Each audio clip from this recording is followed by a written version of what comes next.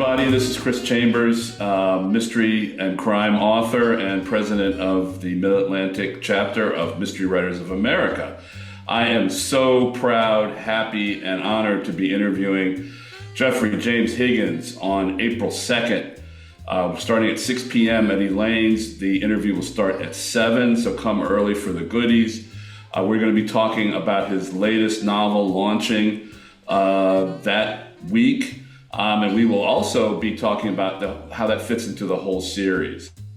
And again, this is great thriller, suspense stuff, going back to the days of Clive Cussler and James Bond. No, I'm just kidding. Jeffrey is a master in his own right.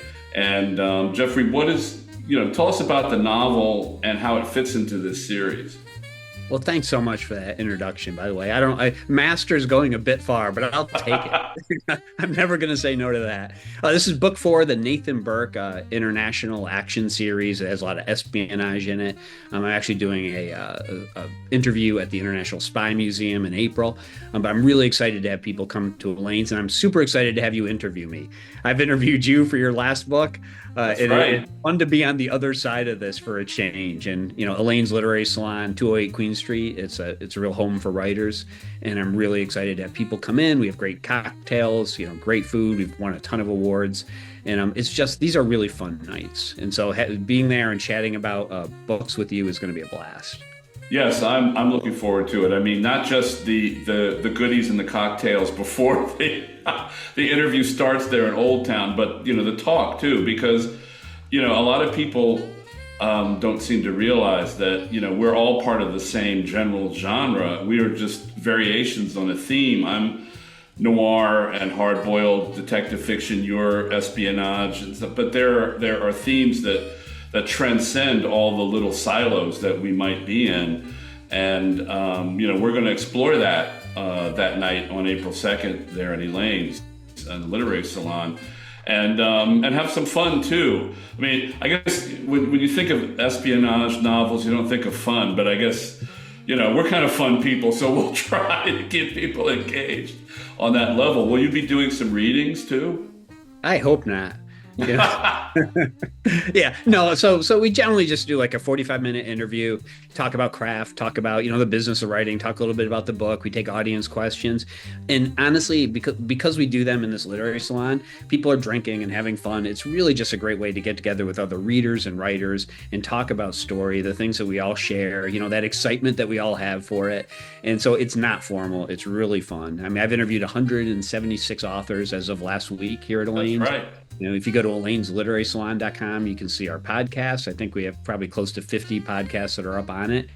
We have a lot of back material that we're going to get up there one of these days too when I have time. So it's fun. But just honestly, meeting other authors and fans, we have so many great readers in here.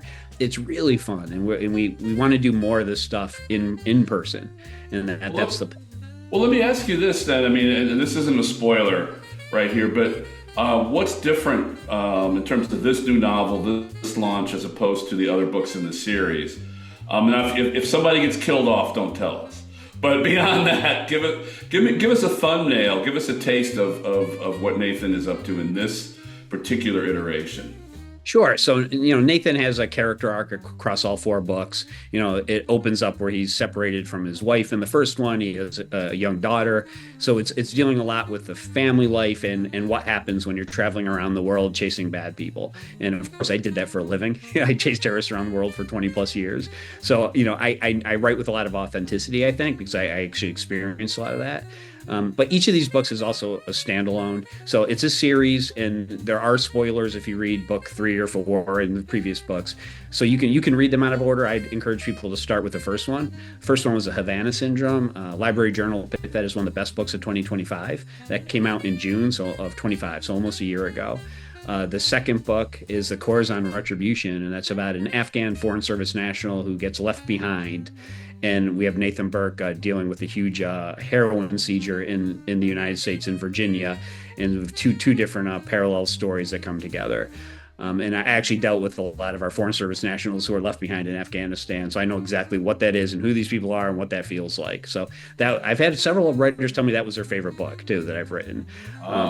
Book Well, 3 that's was a not China. good. I mean, they have to come and get this one. Well, they haven't read this one yet. Nobody's read this one yet. I was on a 6-month delivery schedule with Severn River, so I didn't have time for beta readers. So this was like, write them and get them out.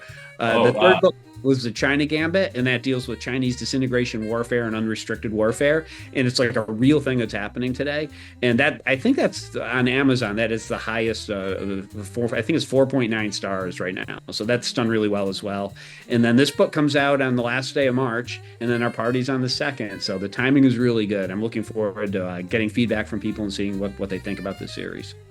Well, I'm looking forward to this too. This is going to be great. And, join us, please, April 2nd in Elaine's in Old Town. I'm Chris Chambers. My site and podcast is www.chrischambersnoir.com.